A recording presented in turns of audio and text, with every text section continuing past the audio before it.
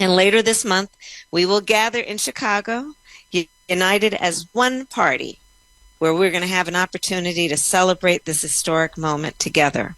This campaign is about all of us coming together, people coming together from every walk of life, every lived experience, and being fueled by our love of country, knowing that we are prepared to fight for the best of who we are.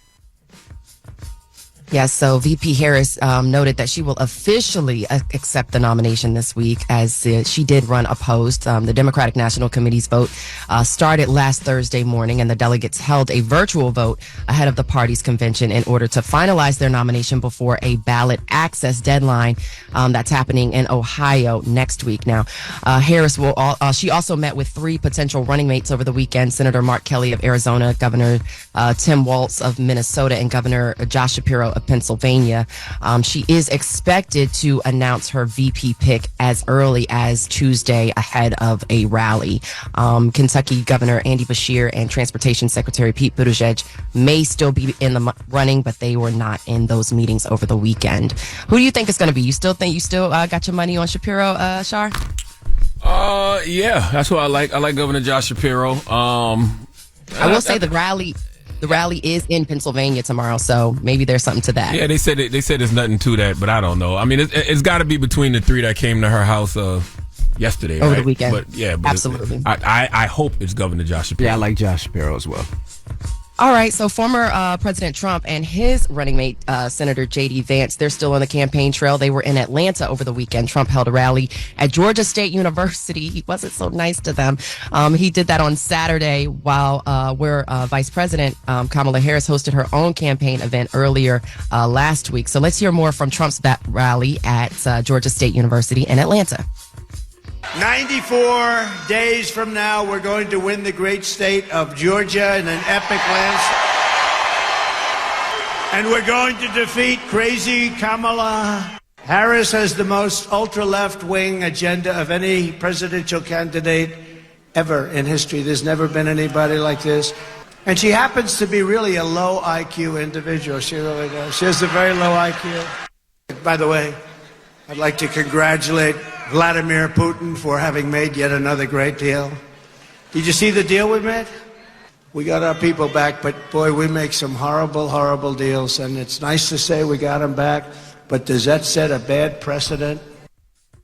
Well, he is referring to, the prisoner swap with Russia that was conducted last week. Now, he implored the crowd to get out and vote, saying this election is the most important in history. He didn't hesitate to criticize Harris, claiming America would end up in World War III if she was elected. He also blamed her for an increase in illegal immigration. Any thoughts on that? On what? on people politicking? Like, never, you know what? Never mind. We'll just let's switch gears on something that everybody can, listen up and relate to. This isn't political, guys. Just hear me out. Boar's Head, the meat company, you did deli meats. Well, they're recalling 7 million pounds of deli meat following 2 listeria deaths. One in New Jersey. Yeah, one in New Jersey near you guys and one in Illinois. In addition to those 2 deaths, the CDC says at least 34 people have gotten sick across 13 states. Nearly all have been hospitalized and range from ages 32 to 94. So this latest recall involves liverwurst, ham, bologna, and beef salami made at a Boar's Head plant in Virginia. So if you're up and down the East Coast, you might as well, and you have Boar's Head in your refrigerator, you might as well throw it away or take it right back to the store. More than 70 products with sell-by dates spanning from July 29th to October 17th were involved. Listeria infection symptoms include nausea, fever, headache, and muscle ache. So if you're experiencing any of those and you've had a deli sandwich recently, Lord have mercy.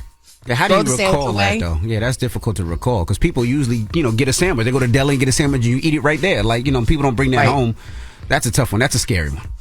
Yeah, but definitely, if you're going to a deli, ask them what type of meat they're using. Ask them where they get it from, things of that nature. But this is a big one. So, and we're going to keep our eyes on that. So, I'll keep you guys informed as to what's going on with that. But if you do have a Boar's Head meat in your refrigerator, throw it away or take it right back to the store. All right. Well, that is front page news. Thank you, Morgan. Thank you. We'll talk more about the presidential race and all that other stuff in the next hour. Everybody else, get it off your chest. 800-585-1051. If you need to vent, phone lines are wide open again. 800-585-1051. Let us know how your weekend was. It's The Breakfast Club. Good morning. The Breakfast Club. This is your time to get it off your chest. Keep calling. 800-585-1051. We want to hear from you on The Breakfast Club. Hello, who's this?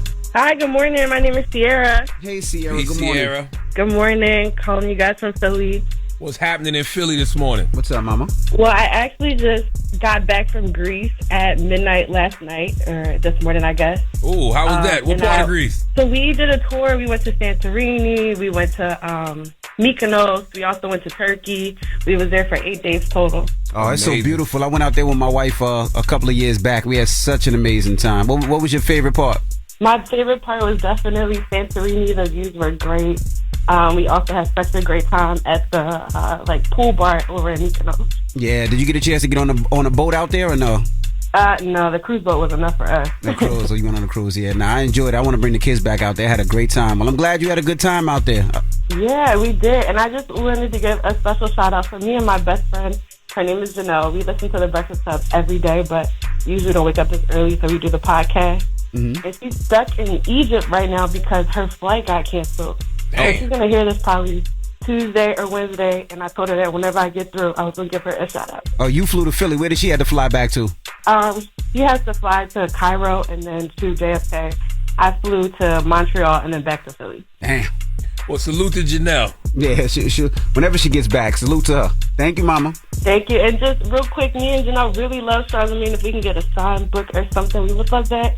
That's easy. Hold on, okay? Eddie, get her information. And give me the names. I know Janelle. And what's your name? Sierra. Sierra. Yeah, just tell me how to spell Janelle's it. a doctor, so we have to call her Dr. Moody, because she'll be mad if I call her otherwise. Dr. Moody. Yeah, just give Eddie your names. Eddie's our producer. I got you. I'll do that today. Hello, who's this? Yo, what's up, Envy? What's up, brother? What's your name? What's up? This is EWF out of Florida. How you doing? What's up, brother? Get it off your chest. Yo, just wanted to give you a shout out to y'all, man. What's up, Envy? Charlamagne, what's going on? What up, King? Peace to Jess. Good luck on the baby and everything. Charlamagne, I'm a big fan of yours, man. Listen to all the podcasts, Brilliant Idiot, everything, reading your books, everything, man. Thank you, Black man. Just calling in, Envy. Appreciate you, too. Just calling in to big up St. Lucia.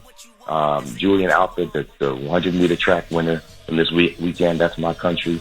Guys, you know, the precedent that she set, man. She won our first medal in the premier event. That is big. That is big. That is big. Want to big up also Chicago. Congratulations. She put them jets on, though. Didn't she put them jets on? Look here, man. Look, if you don't follow track, you don't know about this lady, and a lot of people are learning about her now. She is a multi-national champion, 60-meter champion, international champion, and a lot of people are like, well, you know, they want to talk about the little controversy. I think you heard about it, you know, something about Sha'Carri and Shelly Ann Fraser-Price couldn't get into a game. Yep. Controversy about that, whatever, but do not take that away from that young lady. She is a champion. She ran at University of Texas for years. She sure did. Big time. Big shout out to all the St. Lucians in New York. They got a big population there. We're in New York. We're in Canada. We're in England. We're in Florida. We're in Houston. We're all over the world. And the 185,000 people on that island are so happy this week. Plus, she's going to try to do it again in the 200. Man, I was just hoping that she medaled, but she came through with the gold. Our first gold ever, bro. Our first medal ever. Congratulations, man. When she put on them jets, and she put on the jets, it wasn't the first time. She put on the jets in the preliminaries too. Yep. She put them jets on. They said she practices or I should say trains out in Texas, and they said she's a beast. But she's fast. She's fast, man. Congratulations to the whole island. Yeah, bro. Appreciate that. Just want to big up all the Lucians worldwide, man. Thank y'all for what y'all doing now. Keep doing y'all thing, bro. Peace, King. All righty now. Get it off your chest. 800-585-1051. If you need to vent, hit us up right now. It's The Breakfast Club. Good morning. The Breakfast Club. Ray! Yo, Charlamagne, Envy, what up? Are we live? This is your time to get it off your chest. I got an indoor pool, an outdoor pool. We want to hear from you on The Breakfast Club. We can get on the phone right now here and tell you what it is. We live? Hello, who's this? Hey, good morning. This is AJ. Hey, good morning, AJ. Get it off your chest. Hey, guys. So I was just calling to just shout out Jess Hilarious, sending her many blessings, hoping that her labor and her post-delivery goes well. Just a quick drop suggestion. I think it's important, if she can, she takes time to look into post massages, to take care of herself, her self-wellness. All of this is great in terms of hormone regulation. I'm not sure if you guys know. I know you have several babies and daughters and children, but hormones like estrogen do increase at a significant level during pregnancy and then decrease after delivery. So just making sure that she has a well balance of hormones. And this is coming from a mom of 5. Okay. Well, thank you so much. You're welcome. Have a blessed day, guys. You too now. Hello, who's this? Yes, sir. It's J.A. from Indy. J.A. from Indy. J.A., you still winning that bet? I know your friends was betting you how many times you could get through going to Breakfast Club. I got that on lock, but I got some good news and I got some bad news. So yes, sir, I'm still winning the bet. Good morning, by the way. Good morning. What's the bad news, though? The bad news is, so my brother gets out of prison in about a month. He's been locked up for 28 years. I don't have the guts to tell my mom, we ain't that cool. Like, he's different. He ain't the same guy I was when I was 15. So she's all excited. Your brother coming home. And it's 3 more of us. And I'm like, I don't know him. But okay, well, I'll play along. So that's the bad news. The good news is I'm still on deck to marry my best friend. So we locked in. All right. So your brother's coming home after, 27, 28 years? So what was that, a manslaughter, murder? Murder, yeah. Murder. My mom ain't listening, so she still don't think he did it, but you know how that is. Now, how old was he when he did it, though? Let's see, I was 15. He was 21. Damn, you don't think people change? You don't speak to him? You don't think people change? He sat down for 28 years, so I'm pretty sure he had to change it. Hopefully he realized what he did was wrong. Listen, man, trust your gut. Go with your discernment. If your discernment is telling you something, hey, go with it. Okay? That ain't up to you. I'm not saying... I didn't mean to interrupt. I didn't say he didn't change. I said we've changed. I just don't know who he is anymore after 28 years. Mama want me to be all excited. I'm like, okay, Mama, I'll play along. But when he get home, we ain't about to be sliding. That's right. You don't know that man. You got to get the whole thing going on. You got to get to know him all over again, and he got to get to know you all over again. And y'all may not mesh after all of this time. But give him a shot though. Just don't throw him to the side because he did 28 years. He's coming home. Give him a shot. I got you. I'm gonna take him shopping, buy him some food, and then we're gonna see what happens. Buy him some food. All right, brother. Have a good one. You too. Yep. Get it off your chest. 800-585-1051. When we come back, we got Jess with the mess. Jess is out on maternity leave, so we're holding it down for her. Do you want a piece of hip-hop history? You could possibly put your bid in and maybe win something that's, I would say, very valuable, but not only valuable, very monumental when it comes to hip-hop. We'll explain when we come back. It's The Breakfast Club. Good morning. The Breakfast Club. Today feel like every bit of Monday. You hear me? Mm-hmm. How y'all feel out there? Y'all feel like it's Monday? Definitely feels like it's Monday. Because it is. It is. Morning, everybody. It's DJ NV, Jess Hilarious, Charlamagne the Guy. We are The Breakfast Club. Mm-hmm. Jess is out on maternity leave, but let's get to Jess with the mess. News is real. Whether it's Jess Hilarious, Jessica Robin Moore, just don't do no lies. She don't spare nobody.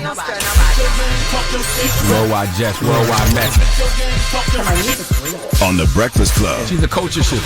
She was able to get y'all to see something and understand something that nobody could get you to see. It's time to set it off. And just for the record, for people just joining us, Jess has not had the baby yet. No, she hasn't. But it could happen any day. At any day. That's any right. Day now. Yes. Mm-hmm.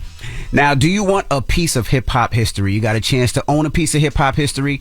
That's because Damon Dash's 1/3 stake in Rockefeller Records is going up for auction later this month. Now, United States Marshal Service will auction off his 33.3% in the company to satisfy a $823,000 debt that he is owed. Now, movie producer by the name of Josh Weber sued him and won. So he is owed $823,000, and Dame Dash has to let go of his stake in Rockefeller Records. Now, the auction is set for August 29th at a hotel in Manhattan, and the minimum bid will be $1.2 million, but bidders will be required to pay $240,000 deposit just to bid. Now, I'm sure, Jay-Z or Biggs, somebody's going to purchase that, right? Like, you're not going to just let that fall into just any old body's hands. Well, you could, and this is the reason why. Well, you can't make any moves on your 33.3% stake because it has to be voted on. And, of course, Jay and Biggs will probably vote the way that they want to vote, so you really have no voting rights. But not only that, after 35 years, artists are allowed to get their masters back. So that means you will have this until about 2031, and in 2031, it goes back into the hands of Jay-Z. So to spend $1.2 million, you might as well just wait till 2031. You get it back anyway. No. What? Not necessarily. What you mean? You still don't want it to fall into the wrong hands because who knows what they could use it for over the next 4 or 5 years. Well, you have to vote on it because you only have a third of it. So whatever you want to do, it has to be voted on. And Biggs and Jay own the other percentage of it. Okay. Yeah, but Dame, he didn't have the $823,000 to pay the lawsuit, so he has to let that go. Well, that's unfortunate. Mm-hmm. Very unfortunate. All right, now John B. You know who John B. is, right? Stop disrespecting me. I'm just making sure. Well, don't disrespect me on this. If you don't know who John B. is, mood. legendary R&B singer in the '90s. This was his joint in the '90s. What people say. All right, that was John B. Now John B. was that wasn't even the joint. That was the joint. Oh, you still down was the joint. No, that was the joint. Oh, you still down with Tupac? You crazy. They was you both still down with Tupac with the joint. Well, that was the joint. That was the joint though. Yes. Well, John B. was on the Can We Talk R&B podcast, and he spoke about his song because people are sampling it, and this is what he had to say. It does get sampled every year, by someone. Last year was Gunna and Chloe Bailey. That's right. They put that Ratchet record out that I couldn't stand. Oh man! And I wish they never did. And actually never got my rights to do that record either. So we gotta holler about that. That's some business to take care of. That's some business we gotta handle. But yeah, I mean, you know what? It's all a compliment to what we did. He said he never got the what from him? Never got the clearance. Must not be your record then, John B. Well, this is Gunna and Chloe Bailey. It must clearly on the record. I'm just saying, John B. I mean, to put it out to sell, yes, Absolutely. It has to be cleared. And it's not an independent, it's a real label, so they would definitely have to clear it. But he also talks about Justin Timberlake and how he feels about Justin Timberlake. Everyone starts with an influence. Yeah. Everyone starts with an influence, whether you admit it or not. Mm-hmm, you know? Mm-hmm. Yeah, I mean, look at Justin Timberlake. He wouldn't be anywhere if it wasn't for me. No, I'm just playing. You know what? I'm sorry, but that new single though is trash, and I'm not feeling his music at all anymore. Drop one of the clues bomb for John B. Well, John B don't care at this point. John B is an OG. Okay, he's earned the right to say everything that he's saying right now. He does. And if he thinks that the single is trash, it's trash. It might be. I don't even know what he's talking about. What song are you talking about? I didn't hear it. I didn't hear the Justin Timberlake single. I didn't hear it either. So it might be. But in Justin Timberlake news, Justin Timberlake, he doesn't have a license anymore. That's because the judge actually revoked his driving privileges. Justin Timberlake arraigned for a second time. This time, the pop star appearing via video conference from Europe, where he has been on tour. He was calm but serious and only said, "Yes, Your Honor," a few times. The 10-time Grammy winner pleaded not guilty to the DWI charge he got back in June for allegedly driving drunk in the Hamptons. In court Friday morning, the judge suspending the singer's driver's license in the state of New York until the matter is resolved, citing he refused to take a breathalyzer the day of his arrest. His attorney, Ed Burke, withdrew his motion to dismiss the case because if the case stood, Timberlake could face the possibility of being rearrested. Yeah, so now Justin Timberlake does not have his license until he goes back to court, and we'll see what happens. Now, if he can afford a driver, he'll be fine. That's what he should have had to begin with, and he wouldn't have had the DUI. That's right.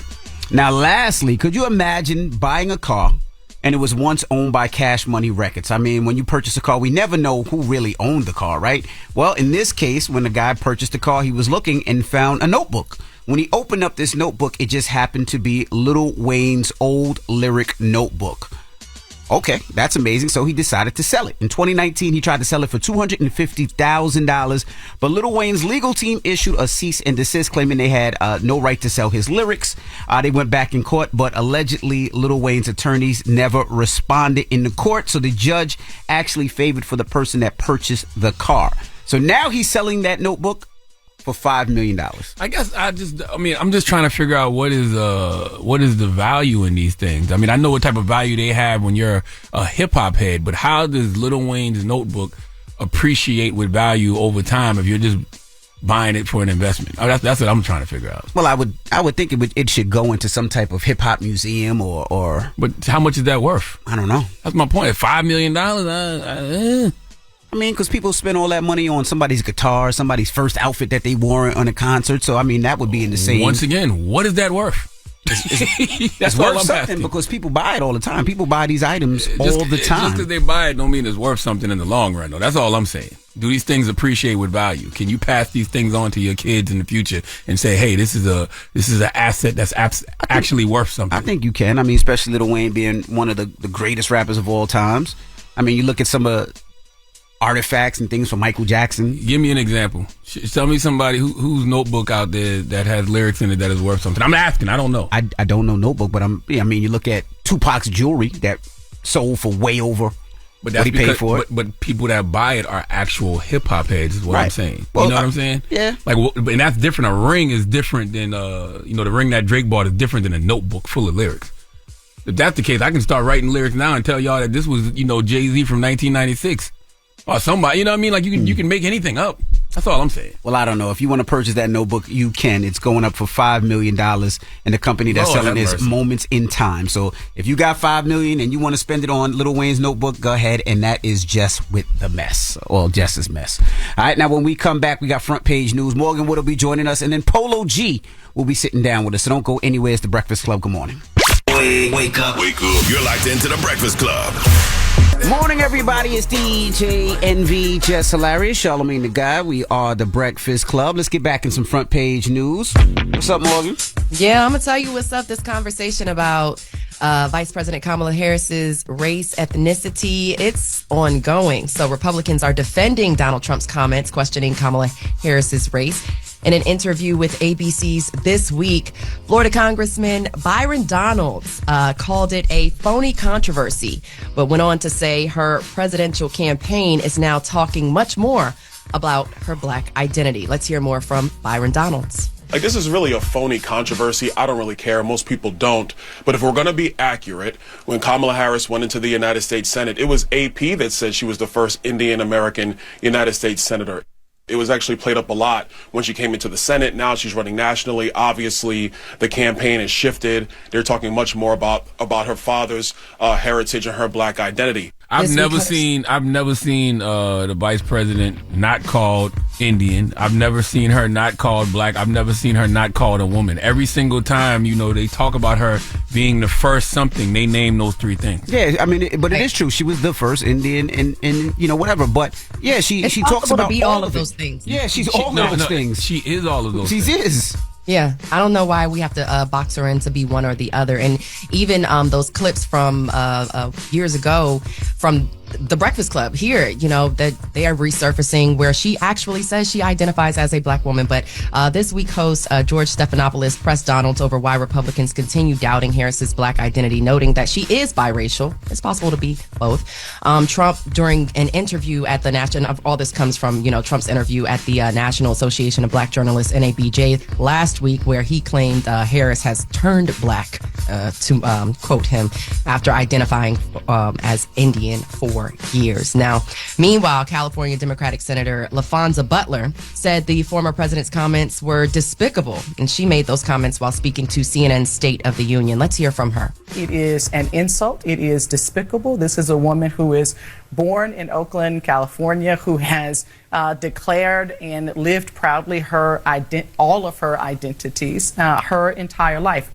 Donald Trump wants to divide our country. The vice president wants to unite us and to bring everyone forward, no matter their identity. When he has the courage to meet her on the debate stage, I'm sure she will take care of clear up any confusion that he has about who she is. Fair enough.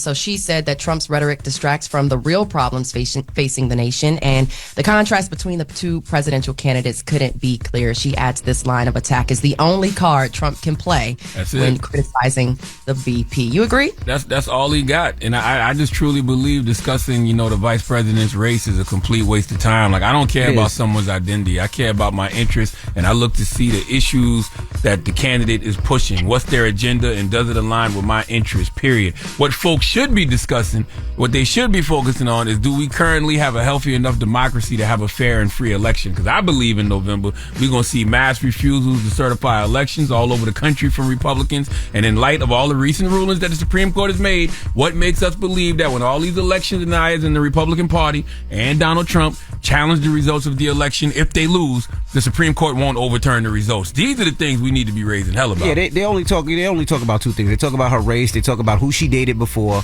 and her being a prosecutor. Those are the only 3 things that they've been talking about, and it's getting exhausting because she's talked about every last one of them. So it's like, where are we going from here?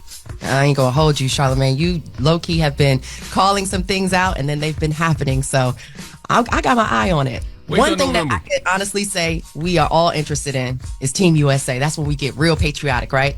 So over the weekend, Sha'Carri Richardson, she came up with, a lot of people will say it's short, but I see a medal secured in the women's 100-meter final at the Paris Olympics on Saturday. Now, Richardson was last off the blocks, and she secured a silver medal after getting knocked off by St. Lucia's Julian Alfred. Again, as mentioned, that is St. Lucia's first gold medal ever. So shout out to them. Richardson said that a strong start can make or break a race. Let's hear more from Sha'Carri. Definitely been honing in on working on that first 30, showing that if I set up my first 30 properly, it'll carry on down the rest of the track. Start to finish, my only mindset was to execute, knowing that as long as I execute, the race is going to handle itself. Now, American Melissa Jefferson, she finished right behind Sha'Carri to secure bronze for the United States. On the men's side of Team USA, Noah Lyles, he is the fastest man in the world. He won gold in the 100-meter race with a time of 9.79 seconds, just 5/1,000ths of a second ahead of Jamaica's Kishane Thompson. Now, Lyles wins the first for U.S. in the event in 20 years. Now, he took to social media with a message saying, quote, "I have asthma, allergies, dyslexia, ADD, anxiety, and depression, but I will tell you that what you have does not define what you can become." Shout out to him on that. Also, women's basketball. There's so much to talk about with the Olympics. Oh my goodness.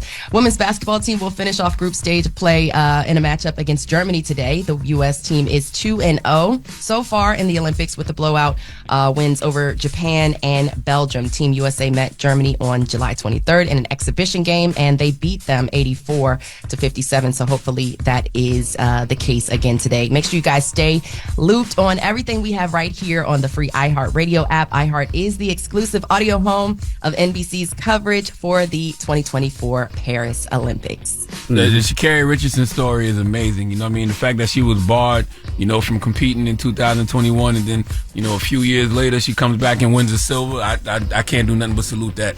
Absolutely. And then she had, that situation where she was waiting outside the gate. So between her and, I believe, Jamaica's Shelly-Ann Fraser. Shelly-Ann Fraser actually withdrew from the race while I believe Sha'Carri was, she just waited and waited until they allowed her access. And that did impact her warm-up time. But, hey, you can't keep a good man down. So there you go. All right, y'all. So that's your front page news. I'm Morgan Wood. You can follow me on socials at Morgan Media. And be sure to catch more news coverage at the Black Information Network and BINnews.com. Talk to y'all later. All right. Now, when we come back, Polo G will be joining us. His new album, Hood Poet, comes out this Friday, August 9th. So we're going to kick it with him when we come back. It's The Breakfast Club. Good morning. The Breakfast Club. Morning, everybody. It's DJ NV, Jess Hilarious, Charlamagne the Guy. We are The Breakfast Club. We got our niece Nala with us today. We got a special guest in the building, Polo G. Welcome. What's up? How you feeling, brother? All good. New album dropping, Hood Poet. For sure. Yeah, we haven't seen you in a while. Yeah, it's been a minute. It's been a minute. What took so long? I went through a lot of things, with my music and just personally kept on derailing me. I'm actually glad I went through everything because I feel like I wouldn't have got the product that I ended up with. And I feel like it's the best one that I could have had any year that I would have dropped. What were you going through? Was it like a writer's block, or you didn't know what sound you wanted, or label? All the above, And what about personally? You said personally, was it? We'll get to the personal. Okay, Let's talk about the music first. Before we get into the new music, I got some girl over here. Get to the personal. When he said something about, I want to know why. What's taking so long? At first they told me Polo G flipped the Michael Jackson record, and I'm like, not Mike, how dare he? But then I actually really liked the record. Were you not comfortable? Because it was a more mainstream poppy type record. I mean, it's still rap, but did you feel like you're going different from your core music? You saying with my new album? Mm-hmm. No, I feel like I was definitely getting back to my core because my project that I dropped beforehand, I was trying to be a little more mainstream, versatile. But on this album, that's why I titled it Hood Poet, because I connected back with my roots. What's a hood poet to you? It's like a spokesperson for the neighborhood, Person's really speaking on telling everybody's story at once, not just his. Mm-hmm. How can you still relate to the hood, Polo? I mean, you You living large in LA. We see you walking down Rodeo Drive. You got a big stack of money. Feel free to pass Uncle Hunted if you want to. But I'm just watching. Got it, Paul. I'm watching the money just hanging out your pocket. You know what I'm saying? Don't you dare. Got it. But how can you still relate to the hood? I mean, it's where I come from. I'ma always naturally relate to them. You know, I still got close feelings with like my family, friends, everybody that still come from that. You know, I really come from it for real. So I'm always, You feel a bit of survivor's remorse? I feel like I do at times, though, like overdoing for people, feeling like, damn, I know I was in that situation before. You ever get caught up in the feeling that you have to go back and help? Yeah, I feel like that's a good thing, though, having that type of obligation or feeling obligated. What is the acronym for Hood Poet? It stands for He Overcame Obstacles During Pain or Emotional Trauma. So have you been exploring that? Like, have you been talking to like a therapist or a counselor?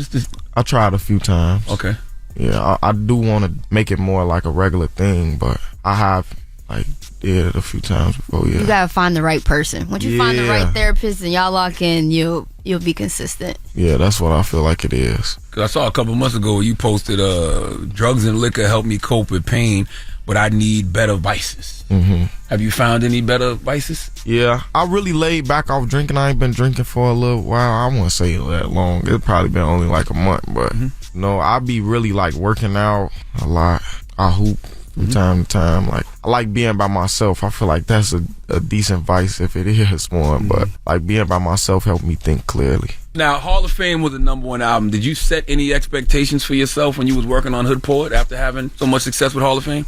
Definitely, like creating the album and coming off of my album being so big. At first, that was my main primary goal, but like after all the time how I went past, my biggest thing was just getting the music out and just making sure it was like the best music that I could put together and really just trying to put my soul into it. But definitely early on, that was probably one of my primary focuses, and then it shifted. I saw a lot of people saying they was wondering why Lil TJ isn't featured on the album. Man, me and TJ, we just be having to lock in. Brody, he be gone like probably 80% of the year.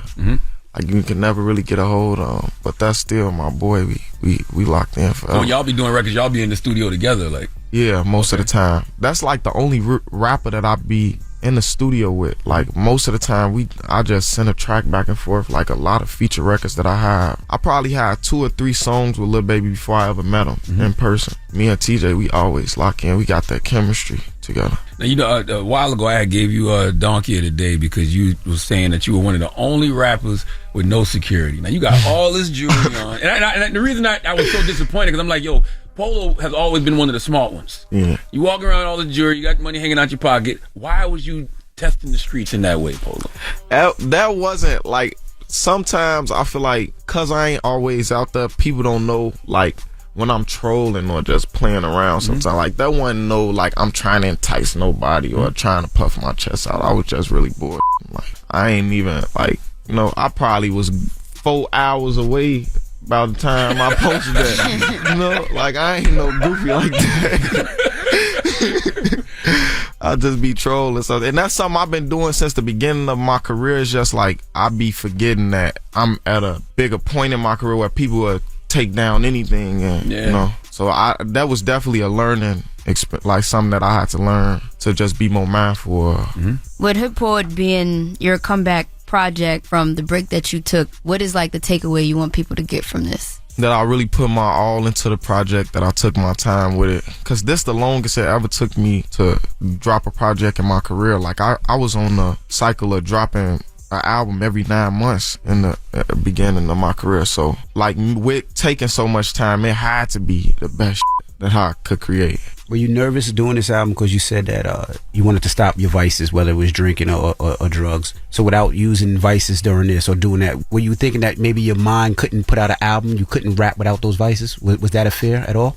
Sometimes that's a thing, you know, coming early on into my career. Like I had like pills was my thing a lot, and I made a lot of good songs off drugs. You would start thinking like, oh, that's the only way and then like it's really just a thing of finding yourself You know, I feel like now at this point in my life, I make my best music sober. And how did you get off those vices? How did you finally wean off and say, I'm not doing this anymore? Was it a scare? Was it family? Was it management? Or was it yourself? It's always myself. It's definitely like dealing with the like mental problems that come with it. Like, you know when you drink too much and then it's like you trying to pull yourself out of that depression or that darkness. Like going through that and not wanting to be in that headspace again is what really made me stray away from it. You think you're trying to escape something? Because, when I listen to a record like, Barely Holding On, and you like, deaf in the air, that will leave you with a chilled spine, even though my spirit's down. Like, I'm okay, I feel fine. Shots from that steel 9. Aim from that hillside, I'm from the trenches where they just murder just to kill time. Like, it feels like you're dealing with some real dark stuff on this album. So you feel like you was doing all that just to try to escape? For sure. I feel like it go hand in hand with the rapper lifestyle too. While you may indulge in certain things, but I definitely feel like it's an escape thing sometimes too. Yeah. Because on Turning Back, you say, I need some therapy. Like, you literally say that. For sure. So you're clearly self-aware that there's something going on. Yeah, for sure. And even now, even talking to you now, I feel like mentally you might be somewhere else. Like, you got a lot on your mind. Always though. That's just me. Does it make these press runs even more difficult? Because you got to go out here and promote the album, but then you're dealing with real life issues as well. Press runs gonna be a little difficult to me because I ain't really like a person that like to talk. So we know. Also on No Turning Back, you talk about how you gave your heart to the streets and got nothing in return. Where would you say your heart is now? My heart right now is with my family, my son. I love my son a whole lot. And that's why I wouldn't say shift my focus, but like be more attentive in that area. How old is your little man? E5. Oh, okay. How has fatherhood has changed you? Because you young, Polo. So you was a young pops. Yeah.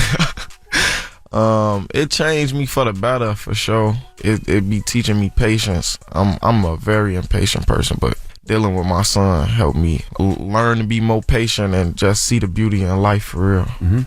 All right, we got more with Polo G when we come back. Don't move. It's the Breakfast Club. Good morning. Morning, everybody. It's DJ NV, Jess Hilarious, Charlamagne the Guy. We are the Breakfast Club. Nyla is hanging with us today, and we got a special guest with Kicking It With, Polo G. Charlamagne? I want to stay on the Turning Back record because you talk about your brother, and you said, I miss my broski through it all. You was there for me.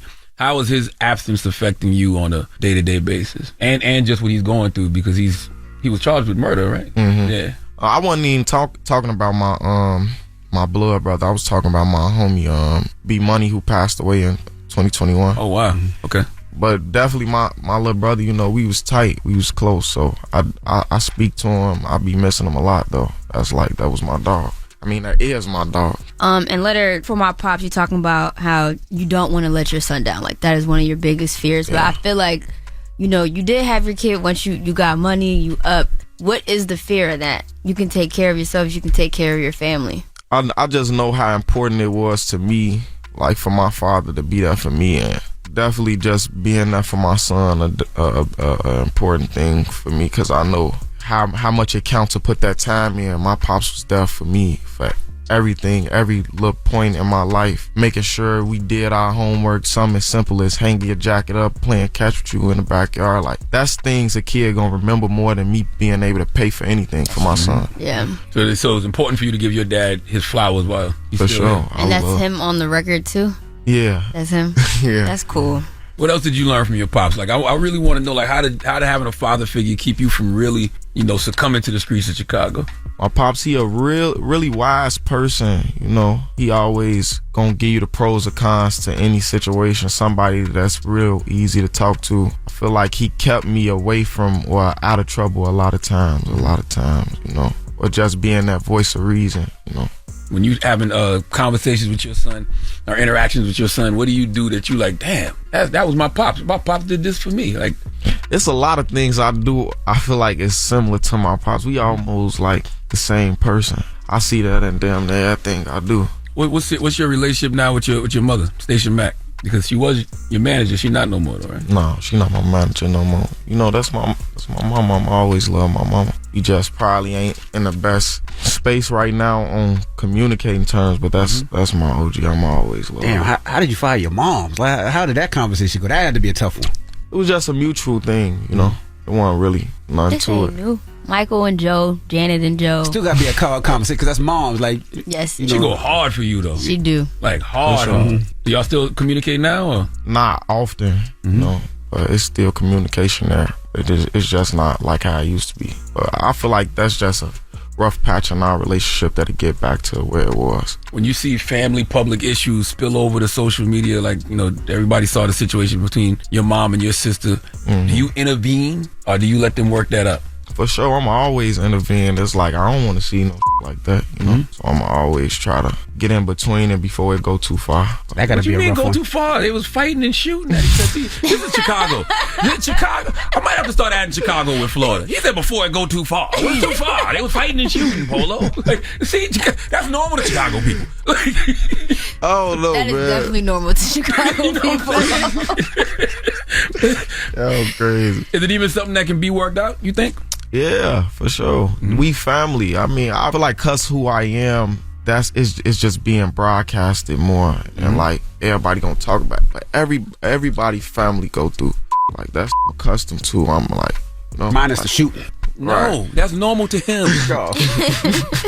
And how do you intervene? Because you can't pick a side. It's like you almost got to just try to put them both in the room and be like, let's have this conversation. Yeah, that's definitely the angle to take. Cause my sister a pretty headstrong person. She her mother child. You know, you definitely got to be there. Have you tried that yet? Have you tried to have them work it out on the phone first, of course, because you don't want them in the room yet, but to try to get their feelings out and squash it? Because they mom and daughter. It's something that I want to get around to, but I'm definitely letting it breathe a little bit more right now. I mean, I just like the energy that y'all, bro. I always like to cap a lot. I liked watching y'all as a family unit. You know what I'm saying? Yeah. I just thought that was dope. Mom helped managing the rapper son. I just thought that was dope. Now, you mentioned you grew antisocial, and you said it's y'all's fault. Who is y'all? I ran through a lot of different friends or just like people I was associated with, and it's like I always go through a phase of having to cut off a lot of different people. A lot of people came and went in my life. I feel like that keep me even more standoffish than I was before.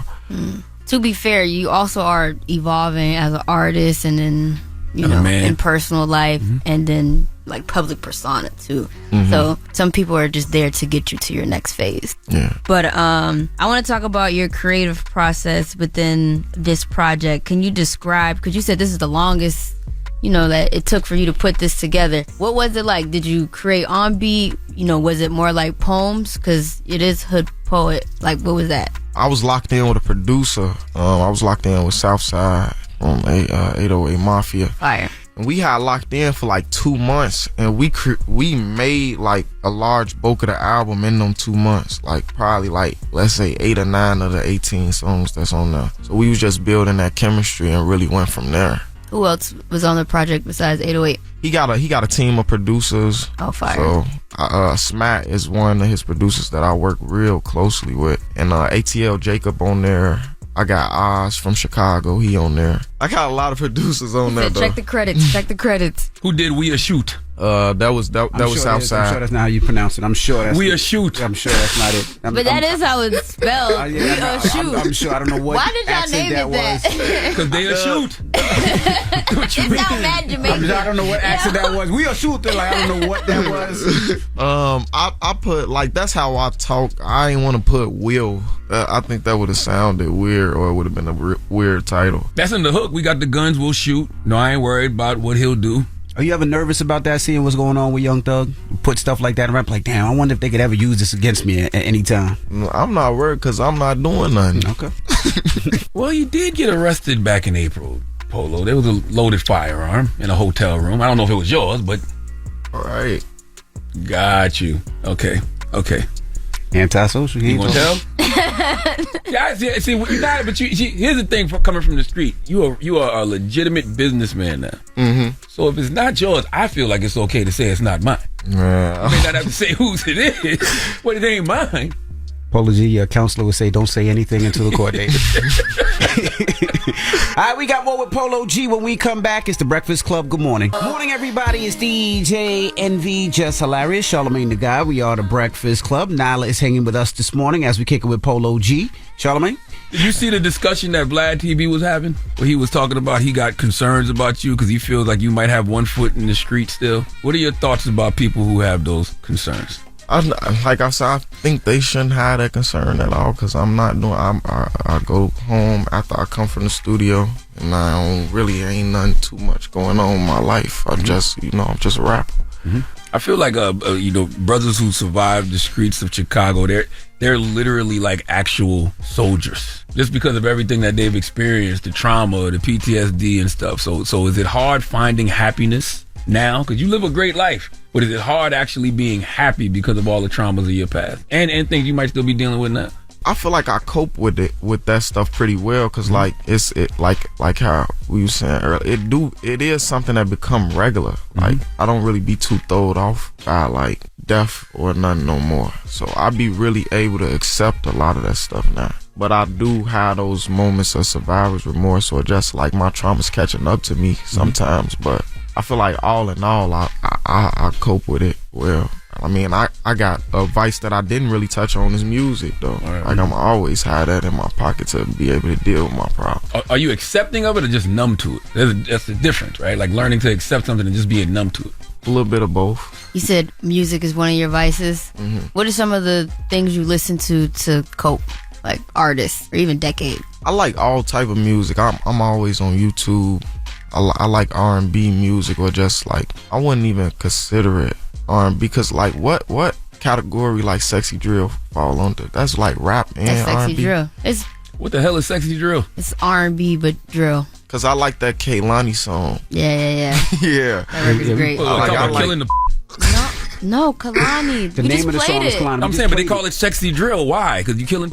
No, not killing her literally, but like on drill beating it up. beats. No. R&B music on drill beats. Gotta talk to Unc sometime. That's sexy. That's sexy to women. It's called sexy drill. We didn't name it. Men named it. So now, if you was with a man, and y'all was setting the mood. No, do not put that on. What are we even doing right now? Polo, you out here setting the mood to sexy drill? No, not. I really don't really like that term like that, but I just rock with it. You like the sound? Yeah, I like the sound. Now, Vlad also, you FaceTimed him. You said you wanted to meet up with him face to face. Like, where did all that start from? Like, what is the issue? Because you called him the feds. Vlad, man, it was really a situation where I came across him and Ack having a sit down, and my name came up. And Vlad had an issue with me making a tweet, responding to a tweet that somebody made about him being the police. This before I ever seen the interview about him being the police, and I said some along the lines like, I agree, you know. And then we end up seeing each other in the bank. He chopped it up with me. I really left it alone. I ain't never say nothing about him since. But like the way he was talking in the interview with Ack is like he was, I don't know, like he still felt the way. And he's saying that I didn't never respond to him for an interview, and then it's like he just fake got to going in, and I didn't really understand that from a person who had an issue with me speaking on him publicly. So that's really where my issue came from, and I'm trying to talk to him like a man. Like, it ain't really no more to it. But then he trying to remind me he 50. You should have known that before he was speaking on me though.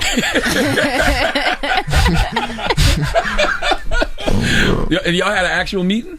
No, he don't. Y'all ran into They ran into each other at the bank. Yeah. I ran into him at the bank. So you pulled up on him, or did he say, "Hey, I'm Vlad," or did you know it was him as soon as you see him? Nobody knows. I was in the line at the bank. This like during COVID time. He got his mask on, but I I looked back at him and I smiled. That's when he was willing to engage in conversation, I guess. And it wasn't really nothing. We just chopped it up about like why he felt the way. You also said in the song, you can't relapse off these drugs, R.I.P. to Juice. You really took your last perk with Juice? Because you said that in the radio. You said, I popped my last one with you. Yeah. I haven't did that since. Really? Yeah. How long ago was that? Like 5 years ago. Oh, okay. You remember that last experience outside of just the drugs? Yeah, I remember my last time just kicking it with Juice. Period. He used to stay 15 minutes away from me, so I used to pull up on him a lot of times. He'll hit me like, yo, bro, just pull up on me today. We didn't record music a lot of those times. We was just kicking it together. So that was one of those days. What did Juice mean to the city? A lot. Juice, man, he a rock star. Like, he different. He really separated himself from the rest of the pack. Feel like he definitely one of a kind. A lot of people appreciate him, and it's like a dope thing. Like, people coming from a lot of different upbringings that's able to like support or rock with Juice, cause like some of his music you would hear it and you wouldn't naturally think people in the hood would play this, but like everybody rock with Juice, bro. Now you also got the you got a September 18th reference on the album. Is that related to your late friend who passed away in Chicago? No, yeah, that's one of my other homies though. My homie, his name was T Gucci. He passed away. I was 15. He was 16. Yeah, got killed, right? Yeah, he got killed. Yeah. Damn, how much death have you experienced? You even know what grief feels like? I know what grief feel like. I dealt with death closely a lot since I was like a little kid. Like my first encounter with death for real, or like a murder. My uncle died in a shootout. I was like 9 years old. That was like my first real experience dealing with that, and ever since then, that's like what I've been going through. So you don't feel pain anymore. It's just this feels natural now. I mean, I definitely feel pain still. I'm a human, but I just don't really read too much into it because I know people living certain lives. This is what come with it. So what do you feel your duty is to your community? Is it to make records like We A Shoot, or is it to say, you know what, I got to say something to help the next generation be better? In my music, I definitely dabble between the two. But if you know Polo G as an artist, like most of the time I'm speaking on the problems or like telling you how this messed up, or that I could connect with you on a level where I've been through something too. I feel like my main priority though, in my community specifically, is just getting a hold of the kids. You know, like everybody who been in the streets or had their own path and they adults, like it's hard to patch them relationships up. Like people pushing peace now and trying to patch them, but like everybody ain't gonna have that same mindset. It's the best thing to do is go get a hold of the youth before they get too deep into them type of issues. Because once bodies start dropping, it's hard to just go back and be like, yeah, okay, we good now. Yeah, I totally get it. Well, let's get into a joint off the album. What's the single? We A Shoot. You talking about prolific stuff, and then like, what you want to hear? Lord have mercy. Oh Lord. All right, Polo well, let's get it on. We A Shoot. Polo G. Say it with the accent. I said We A Shoot. With the accent, Char. We A Shoot. How you make it Jamaican? They just make it Jamaican. We A Shoot. We appreciate you for joining us, brother. I appreciate y'all having me. It's the Breakfast Club. Good morning. Let's get to Jess with the Mess. You know, Jess is on maternity leave. No, she did not have the baby yet. But no, she didn't have a baby. She's out. And let's get to Jess with the Mess. News is real. Whether it's Jess Hilarious, Jessica Robin Moore, just don't do no lies. She don't spare nobody. Worldwide Jess, worldwide Mack. On the Breakfast Club. She's a culture shift. She was able to get y'all to see something and understand something that nobody could get you to see. It's time to set it off. Drake is the Malcolm X of white people. That sounds about right to me. I don't know why, but I just like the way that sounds. No, stop it. Let me Malcolm X of white people. Let me tell you where this came from. So DJ Mustard released the album last week. DJ Mustard's Faith of Mustard Seed. Well, academics posted that he sold 18,000 units in the first week with a fiery emoji, and Mustard thought he was playing with him. So Mustard responded on Instagram or tweets, which one it was, on social media. He said, "Album sales are a form of white supremacy, you iggas racists." Then he said, "These Drake bots are the nation of drizzling. The bots are trying to fade me. I'm not mad. I'm at my son's basketball game. They was hooping and they just won. I figured I'd fade some bots. I'm still grateful. A bot could never make me ungrateful." Then he says, "Drake is the Malcolm X of white people, and academics, make sure you post Gordo season first week, since Drake thought he did a thing by making him drop on the same day." Is he saying that like that he's that much of a hero? The white people? That's what he's saying? Yes. Okay. Yes. I get what you said. Okay. Yeah, I guess that's what Mustard meant by it. But shouldn't we stop saying like record sales? Like isn't 18,000 sales like, I don't know, hundreds of millions of streams? Yes. Like shouldn't it be worded different nowadays? Shouldn't it be like he had just such amount of streams? Yeah, but the bad thing about how many units you sell in your first week, it really doesn't matter, because like you said, it streams. If a record continues to stream, it's considered more and more and more and more sales. So I don't know why people still care about it so much, but people definitely do. Ice Spice, she did 20,000 last week, and she had major records. So I mean, it really doesn't matter. Yeah, but that translates to how many millions of streams? Like hundreds of millions of streams. Correct. So, yeah. I mean, I don't know. Yeah. Thank God I'm not in the record business. So that was DJ Mustard. Now, The Game, he talks about being an old father. And one reason I say old father, he appeared on the Tacos and Trauma podcast. And he was talking the fact that he's currently 44 and is expecting a child. This is what he had to say. Then I heard you're expecting kids, twins. Twins is, you got to stay off the internet. Right. Yeah, I'm expecting one child. Congratulations. Thank you. How do you feel about that? I think about it in terms of like years, right? Like I'm 44, so when my new child is 21, I'll be 65, right? Right. And that seems kind of old until you start thinking about who's 65 now. Exactly. But I think at the end of the day, it's new life. It's going to be a different parenting experience for when I was younger. So when I was younger, I was still hard-headed in the streets, and I don't know how I even made it to this point in my life doing the things that I was doing. It'll just be interesting to parent at this age. That's exactly how I look at it. Because, I had, let me see, 44. I got a 2-year-old. Yeah, I'm 46 now. Yeah, I got a 2-year-old. Mine will be 3 in November. And I think just like that, okay, in 20 years, she'll be 22, and I'll be 66. Yeah. Steve Harvey's 67. I'm good. Yeah. Okay? That's the way I look at it. But That's exactly how I look at it. Game has 3 kids. He has a 13-year-old, a 16-year-old, and a 20-year-old. So, yeah, but that's how it is. But, I mean, the way he raises the children to be a lot different because, of course, like he said, when he was younger, he was dumber. There was a lot of things he didn't know. I'm sure he didn't have patience. And now with this new young one, it'll be a lot different. And he's rumored to be having a child with Evelyn Lozada's daughter. All right. Now, he also talks about that lawsuit, which, Game has to pay. I think it was like $8 million he lost. Well, he talks about that lawsuit as well. And I got all kind of motherfuckers suing falsely and doing this and doing that and all that. But it's cool. I don't even harbor no hate towards her. Just what is the resolution? Because I just can't. Why didn't you go to the court thing? That was the up part of it. So I had an orthodontic surgery. I thought that would be, that would suffice, but it didn't. They could have just pushed it a week, but they didn't. But why would you chance that? Because I didn't give a I was younger. This is 10 years ago. All the appeals, we've exhausted all that. And at the end of the day, man, like in her heart of hearts, she knows that I didn't violate her, and she knows how much she was like on me, and I still wasn't given what she wanted to give. I think it's horrific.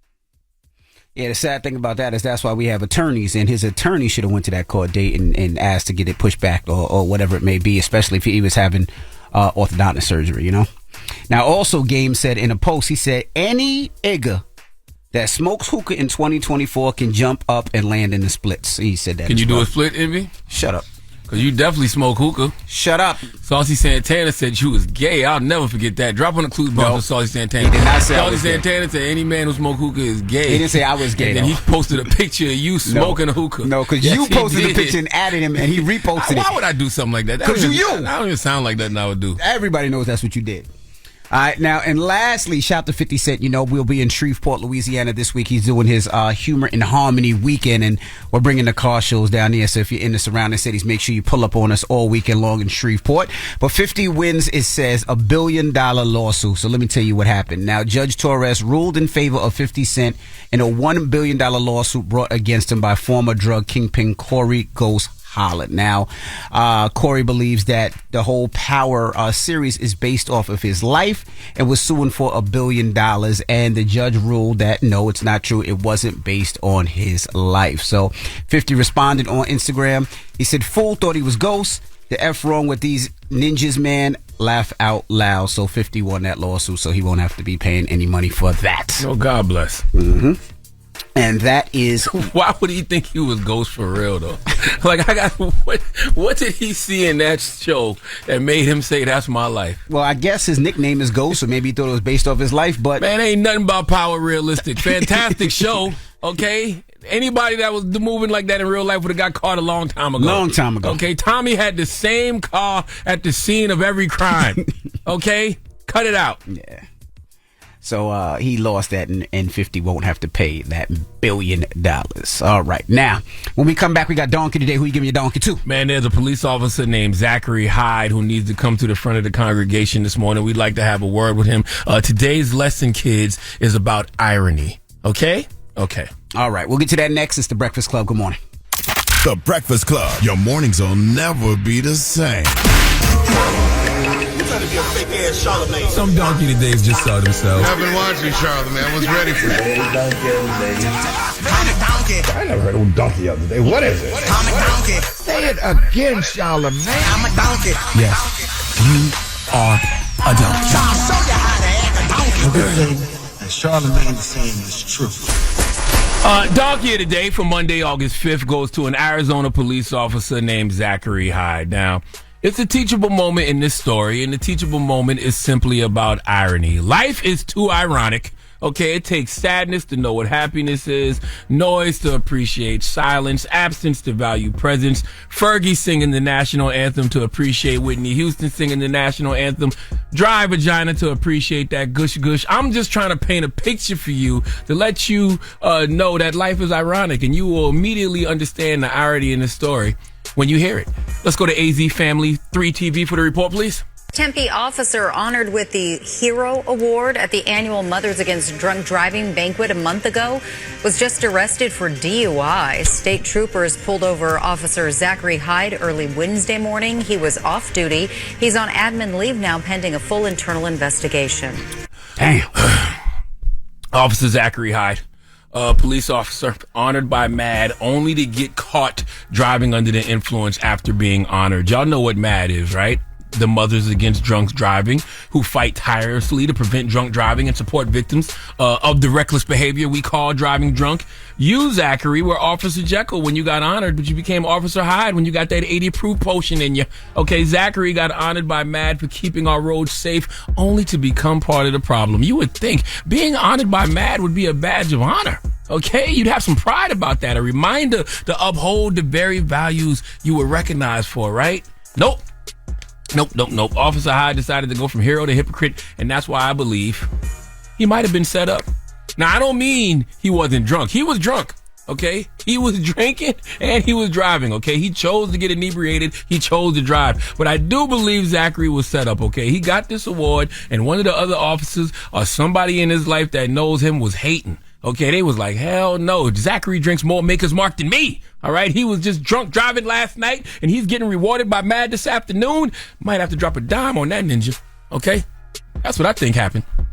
All right, somebody couldn't stand the hypocrisy, so they lined them up, and rightfully so, because nobody should be drinking and driving. All right, Zachary, you are a police officer, the person the public looks to protect and serve, the person the public looks to for law enforcement and safety. You got recognized by MAD, the Mothers Against Drunk Driving, Zachary. That should be a moment of reflection for you. All right, a moment to double down on the message you're supposed to stand for, okay? You're supposed to double down on the message that you got honored for, but instead you decided to make the kind of mistake that lands you in the very headlines you're supposed to prevent.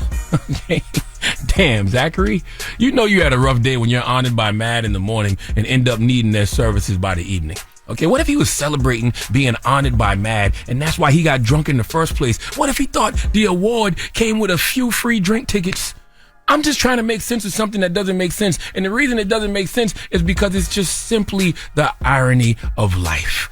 Zachary, this is the kind of behavior that not only tarnishes your own reputation, but also discredits the efforts of organizations like MAD.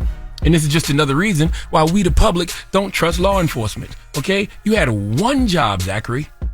Actually, two. All right? First, uphold the law. That's it, nothing more, because you're a police officer. Second, set a positive example, especially after being honored by MAD, the Mothers Against Drunk Driving, for apparently setting a good example. And guess what? You managed to fail at both jobs, all right? They say life is all about balance. Well, Zachary was trying to balance a MAD award in one hand and a drink in the other. All right, imagine being the poster child for MAD 1 minute and then turning right around and being their next case study. I hope this serves as some type of wake-up call, because it's certainly a teachable moment, but not just for you, Officer Hyde, but for anyone who thinks they're above the law or immune to the consequences of their actions, because nobody is above accountability. Please give Officer Zachary Hyde the biggest hee-haw.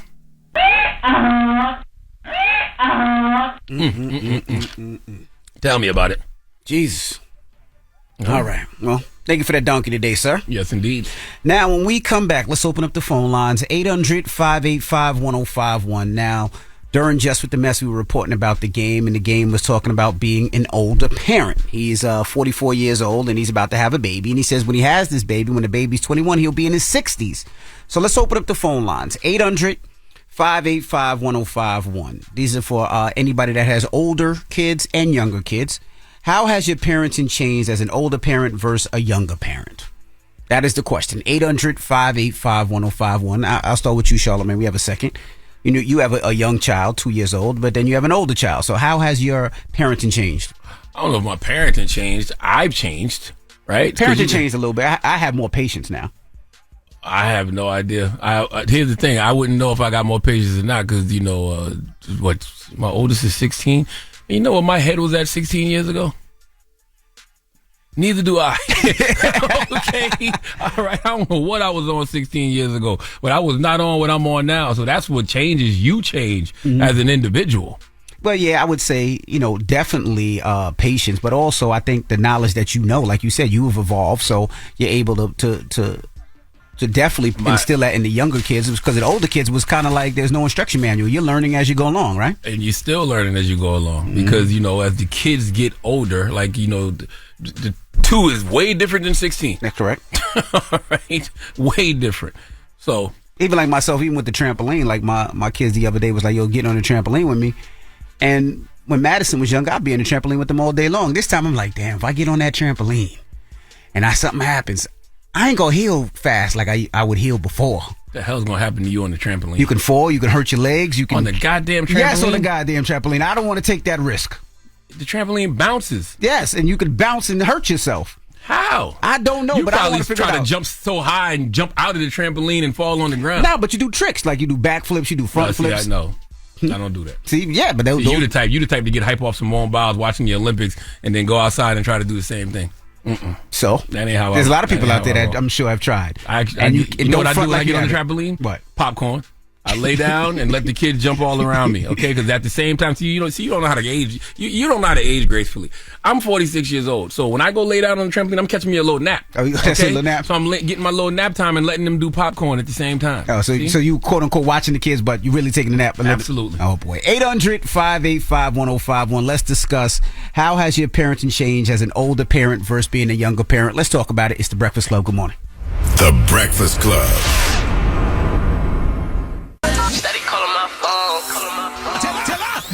It's topic time. Call 800-585-1051 to join into the discussion with the Breakfast Club.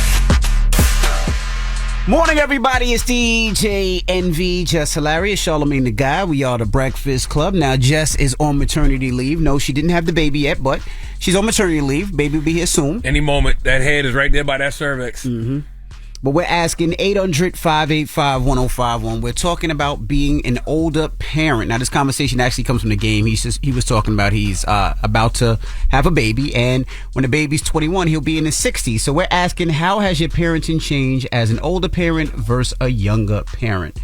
800-585-1051. Now, like I said, for myself, I definitely have more patience. And 2, I just don't have the energy. I ain't gonna sit here and lie. I don't have the energy I used to have. It ain't the same. And of course, we're getting older, so we're never gonna have that same energy.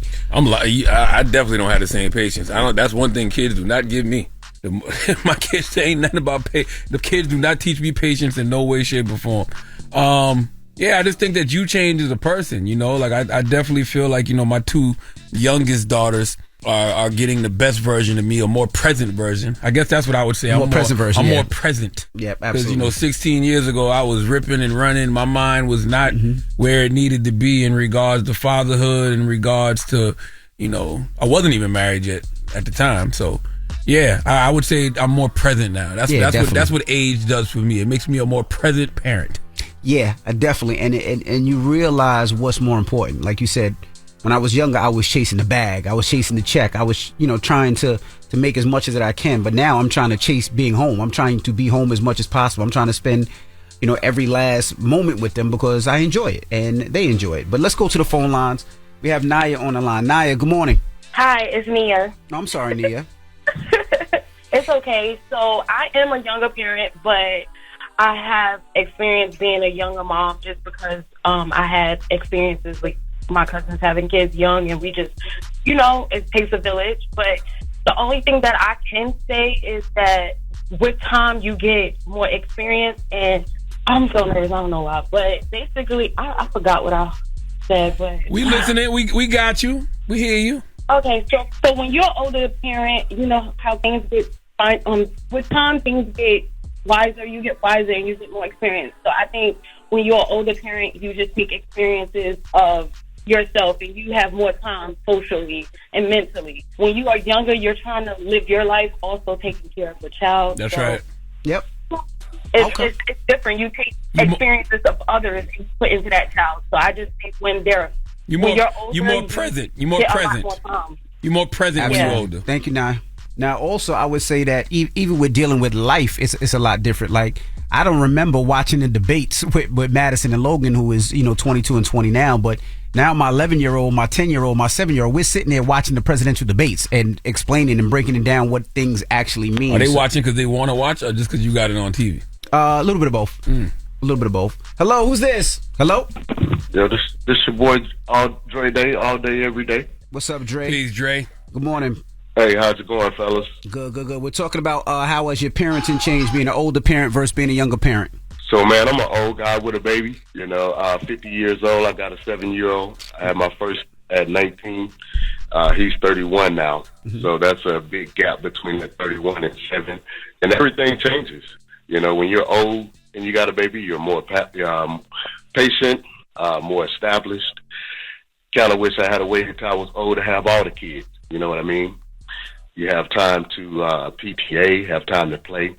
One big difference is it hurts when you play with the kids. It does. You can't get out there and start playing monkey in the middle and kickball and all of that no more, man. Who you telling that? I was, yesterday, because, you got to jump back and forth because I got the 2-year-old, the 8-year-old, and the 5-year-old. So the 2-year-old might want to get pushed on the bike.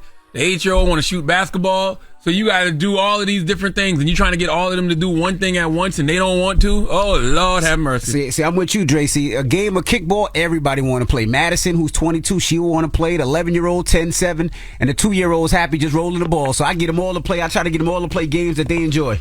Yeah, but it hurts you, though. It do. Yeah, the knees, the feet, all of that. Oh, but it's been fun. I can't say it's definitely been fun being older, being more established, being able to attend meetings and games and things like that. So, it's a blessing and a curse. Okay. Thank you, Dre.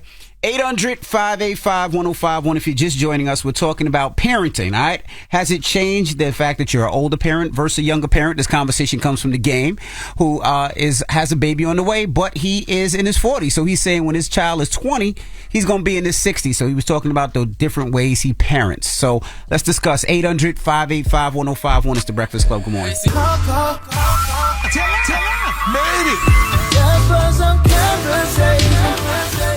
y'all talking about it, you know we talking about it. It's topic time. Call 800-585-1051 to join into the discussion with The Breakfast Club. Morning, everybody. It's DJ NV, Jess Hilarious, Charlamagne the Guy. We are The Breakfast Club. Now, Jess Hilarious is on maternity leave. She didn't have the baby yet, but she's out. She's resting. She's relaxing. The baby is almost here. But if you're just joining us, we're asking 800-585-1051. We're asking, how has your parenting changed as an older parent versus being a younger parent? Now, this conversation comes from the game. We're talking about that he has a baby on the way. He's in his 40s, and by the time the baby's 20, he'll be in his 60s. So he said his whole parenting changed. So we're asking, has that happened with you as well? Hello, who's this? How you doing? This is Tamia. I'm from Patterson, New Jersey. Shout out Patterson, New Jersey. I just wanted to give the perspective from the kid's point of view. I'm 26. My mom had me at 21. And then when I was going to college, she had another baby. So she has a 7-year-old right now. She's 47. I just want to say my mama done got soft. Yes, my mom, she done got soft. When I was a kid, it was none of that. You get up, you go to school. That's true, too. Now when my little brother said he don't want to go to school, it's fine. My mother used to throw water in my face and everything trying to get me to go to school. And now everything is cool and nobody cares about him. And I'll be trying to tell her, like, you done got soft now. Like, to me, you know why? I don't know what happened. Because that's called abuse now. Now, if you went to school and said, my mom threw water in my face to wake me up, that's abuse. Now that's abuse, but back then it wasn't even too long ago. Well, it was abuse back then too. It was right. I couldn't believe she did that to me. I was in the 5th grade, and now he in kindergarten. He don't even got to go to school. Yeah, it was abuse back then, and your mother realized it was abuse. That's why she doesn't do it anymore. You were the test dummy. Sorry, Tamia. I guess so, but I be trying to lay the law down, and she even be telling me, don't talk to my baby like that, and it's worse to see a boy. And you know how moms are with their sons. And that's another reason too. He's a mama's boy. But thank you, Tamia. Definitely is. Thank you. I love you guys. Love you back. Hello, who's this? This is Dora. Hey, Dora. Good morning. Good morning. How are you? I'm doing well. We're talking about being an older parent versus being a younger parent. What's your thoughts? I think that I'm more attentive now. I'm 44. I have a 25-year-old and a 20-year-old, and I have a 2 and a 5-year-old. Mm-hmm. So I think I'm more aware that, of everything that I learned with my older kids. So I think I'm more there now. Okay. And understand a lot more. So you're more present. You understand more. Yes, definitely. Okay. That's all it's about. I mean, I think that's the biggest thing as you get older. You just become a more present parent. Absolutely. Salute to everybody who was present from the beginning. Sorry you think you better than us. All right. Well, what's the moral of the story if there's a moral? The moral of the story is, man, you better pray to be an old parent. Mm-hmm. You know what I'm saying? I want all my years. I want to be out here 80, 90 years old. I want to see my grandkids. So, I do agree with the game. I look at it the same way, right? Like my youngest is 2. In 20 years, when she's 22 and I'm 66, I look at people like Steve Harvey. He's 67 now. Right. So I do look at older people. I look at that. I look at 70-year-olds, 80-year-olds, 60-year-olds, and I look at what they're doing in their life and how they look and how they move. That's right. And I'm like, okay, that's the future. That's right. All right. Now, when we come back, we got Jess with the Mess. Jess is on maternity leave, so we're holding it down for her. We got to talk about Drake. He announces a new album. We'll tell you about that. Also, Cardi B clears up some rumors. So we'll get into all that when we come back. It's The Breakfast Club. Good morning. The Breakfast Club. Morning, everybody. It's DJ NV, Jess Hilarious, Charlamagne the guy. We are The Breakfast Club. Jess is out on maternity leave. She did not have the baby yet, but she is out. And let's get to Jess with the Mess. News is real. Whether it's Jess Hilarious, Jessica Robin Moore, just don't do no lies. Don't do no lies. She don't spare nobody. Worldwide Jess, worldwide Mess. On The Breakfast Club. She's a culture shift. She was able to get y'all to see something and understand something that nobody could get you to see. It's time to set it off. Now, Drake was performing in Toronto on Friday, and he made an announcement about his new project and new album, and this is what he said. It's all over with. Do what you need to do. I know all you girls are outside, and when it gets a little chilly, Party Next Door and Drake album will be right there for you. We have it right there for you. Have a good night. Gangster. So he announced a new album with Party Next Door and also called Party Next Door the King of R&B. Not this year, Drake. I already said take a year off.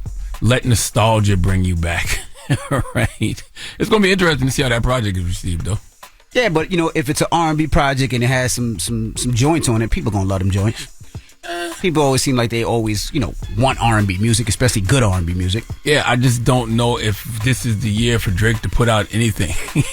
Drake said something before this beef happened, and people forgot about it. He said he was going to take a break. Mm-hmm.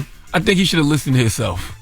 He should have listened to himself and took that break. Before the beef. Before the whole situation with Kendrick, he said he was going to take a break. I think now is the time for him to, take that break. And if he got a hit, it'll change. Let nostalgia bring you back. Nostalgia will bring him back. People will be like, damn, yo, where Drake at? But if you got a record and you got a smash, people will forget about it. Maybe. We say that, maybe.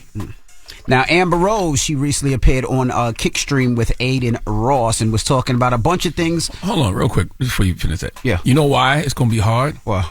As long as Not Like Us is the song of the summer, the song of the year, as long as that's playing, right, it makes it tough for anything Drake does. Anything. Yeah. You can't escape that record. Because it's still a power. Meaning it's still a big record. Top 3 Every record radio in the station country is playing still. it over and over and Yes. over again. But it has to die at some point. Well, wait till it dies. The record has to die. Drake, you need to sit this one out. You hope it's not like snooze, like scissor, like it just keeps going and going and going. You know when you in the house or you out somewhere and it start raining real hard, and you're like, I'm just gonna wait till the rain die down a little bit. Wait till the rain die down, Aubrey. Yeah. No. Back to Amber Rose. We were talking about Amber Rose. She was on with Aiden Ross, and they were having a conversation. And, of course, they had a conversation about her support for Donald Trump. Aiden, my DMs are full of celebrities that are like, damn, Amber, you got yo. Damn. Like, I wish I can come out and say it, but I don't want to lose, my show on Netflix, or crazy. I have this movie coming out and I don't want them to fire me. And even, music artists. So many music artists that I know for years and years and years, they're like, yo, we love Trump, but we're just scared to say something. And I'm just like, yo, I can't live like that anymore. I need to just be who the I am and say, talk about my beliefs and really try to change the minds of as many people as I can. Well, she also talks about her feelings on Kamala and pandering. Think about Kamala like having Megan Thee Stallion twerk. What were your thoughts on that? I like Megan. I think she's a good person. I think that she is pandering to black people. I think that she thinks that that's what black people want to see in order to vote for her. And I think it's absolute I mean, I think that people in general just want to know the policies. The extra stuff, it's like, it's cool. It's like a concert and stuff like that. But what about the policies? How are you going to make America great again? No pun intended. I don't give a damn. God bless Amber Rose. If she wants to vote for Donald Trump, I don't care. I don't care who wants to vote for who. I do agree with her that, when it comes to discussing policies, that should be the issue. It shouldn't be about somebody's identity. It shouldn't be about who they got at their rally. It should be about policy. But I think it's lost on both sides. Which is what I would ask her. Like, what policies of Trump's do you support? Right, but I think that's lost on both sides. I mean, it's neither side are talking about policies. No, that's not true. Well, let me rephrase that. I feel like media picks up less about the policy, more about the gossip. Absolutely. That's the problem I always have, when it comes to the media, because you'll get on these programs, whether it's the CNNs, MSNBCs, Foxes, whatever, and they'll ask you about this stuff. What do you think about Amber Rose? Correct. What do you think about Donald Trump saying Kamala's not black? And it's like, right. What does that have to do with, how we gonna keep money in our pocket, food on our table, and a roof over our head? Mm-hmm. What does that got to do with keeping America safe? Right. Those are the things that we should be discussing. Now, OG Tom Hanks, his house was burglarized in L.A. That's one thing I hear so much about L.A. I hear about so many break-in robberies, right?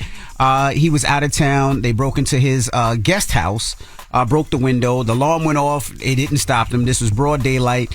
By the time the police came, which was hours later, they already had left with valuables. So that happens a lot in L.A. That's what makes me very nervous about L.A. and heading to L.A. It seems like the police can never get there fast enough.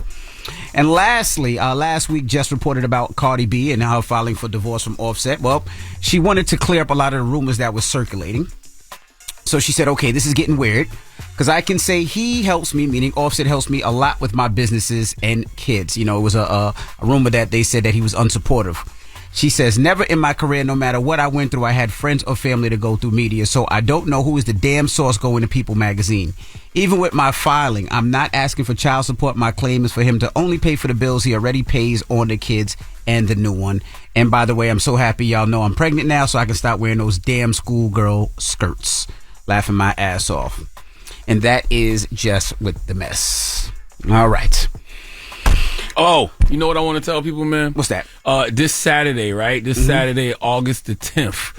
Mounts Corner, South Carolina. I do my 9th annual back to school giveaway in fish fry. I thought it was this weekend, but yeah, go ahead. It is this weekend. I thought it was last weekend, No, it's August 10th. August 10th. This Saturday from 10 a.m. to 1 p.m. at the Berkeley High School student parking lot in Moncks Corner, South Carolina. So, we got the book bags and the school supplies and the food trucks. Mm-hmm. And my pop's going to be out there frying fish. And we got free haircuts and, vendors, all types of stuff, man. So this Saturday, 10 a.m. to 1 p.m., Moncks Corner, South Carolina, Berkeley High School student parking lot, my 9th annual back to school book bag drive and fish fry. Right, and they can just pull up, right?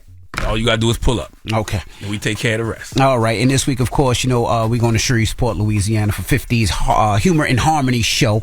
And we do the car show there. There's so much stuff going there. If you're heading out there, make sure you get all your everything early, because they don't have that much over there, meaning they don't have that many hotel rooms. They don't have that many That's what I was thinking. Well, we're going to find out. There's a lot of people coming to town. Of course, we got the car show Saturday and Sunday. If you haven't got your tickets, get your tickets. Kids 5 and under are free, so bring the kids, bring the family. So many celebrities celebrities going to be touched down in the city. We're going to have a lot of fun in that city this weekend, all right? But let's get to the mix, the People's Choice Mix. Get your request in right now. It's the Breakfast Club. Good morning. Morning, everybody. It's DJ NV, Jess Hilarious, Charlamagne the Guy. We are the Breakfast Club. Now, Jess is on maternity leave. She didn't have the baby yet, but she is out. She's just resting, relaxing, and ready for the little baby to come on out. Yes, indeed.